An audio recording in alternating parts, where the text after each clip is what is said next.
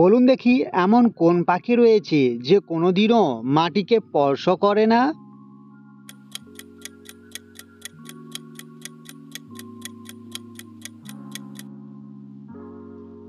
উত্তর জানা না থাকলে অবশ্যই জানা রাখুন, সুইফট বার্ড নামক পাখিটি কখনোই মাটিকেই স্পর্শ করে না। বলতে পারবেন কি বৃষ্টির জলে কোন ভিটামিন পাওয়া যায়?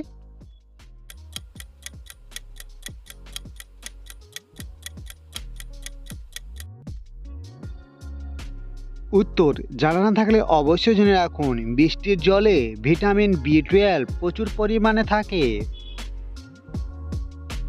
এমন একটি প্রাণীর নাম বলুন দেখি যে বোবা, অর্থাৎ মুখ দিয়ে কোনো আওয়াজ বের করতে পারে না।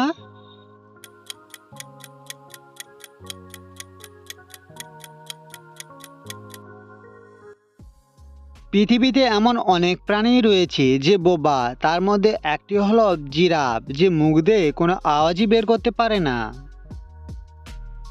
পৃথিবীতে এমন একটি প্রাণীর নাম বলুন দেখি যে কোনোদিনও জল পান করে না।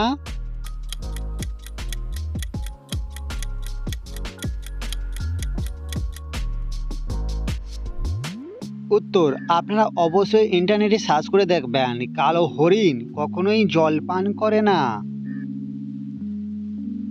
বলুন দেখি পৃথিবীর প্রথম মেরুদণ্ডযুক্ত প্রাণীর নাম কি ছিল? দর্শক উত্তরটি জানা থাকলে অবশ্যই কমেন্টে জানাবেন।